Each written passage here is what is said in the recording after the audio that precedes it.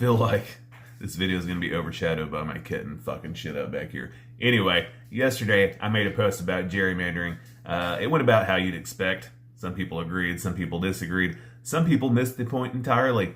The usual. But out of all the things that I've talked about in the past couple hundred days, never in my saddest dreams did I think that fucking gerrymandering would elicit the emotional response from MAGA that it did. Even though I quite literally said that both parties do it, even though there's empirical data that shows that Republicans in the last cycle redrew around 200 districts, while Democrats redrew around 100, with Republicans showing the largest number of extreme bias maps.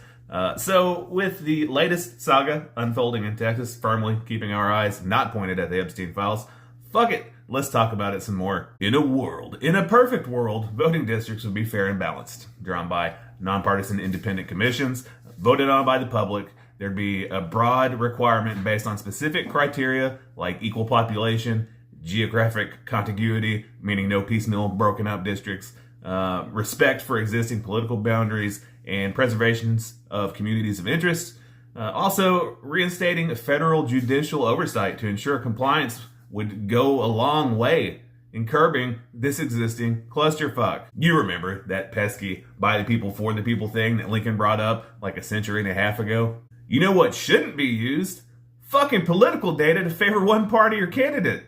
I'll throw this in again in the slim hope that somebody's gonna listen for any political party. The entire issue with all politicians is that they get too comfortable and they forget that they literally work for us. And now to the current situation, the new proposed map Republican lawmakers came up with dramatically reshapes or completely relocates 5 Democratic-held districts in Texas. 3 of them are in urban areas centered around Houston, Dallas, Austin, and I think San Antonio. The other 2 are along the border where the Hispanic population has been trending Republican. There's an added bonus in there that I broadly agree with, though. It'd force some Democrats to primary against up-and-coming politicians, which is sorely needed. Let's all agree on that. But that silver lining is overshadowed by the need for the tit-for-tat of other states redistricting to counter this move, and the fact that Texas issued civil arrest warrants for the legislators that dipped out of the state. Which, fun fact, in Texas and a handful of other states, you can legally drag a legislator back to the chamber to vote so long as they're in the state. Texas be Texasing hard. Look, at the end of the day, there's no perfect system. I get it. Variables. Am I right? Variables. But I do know that this isn't it.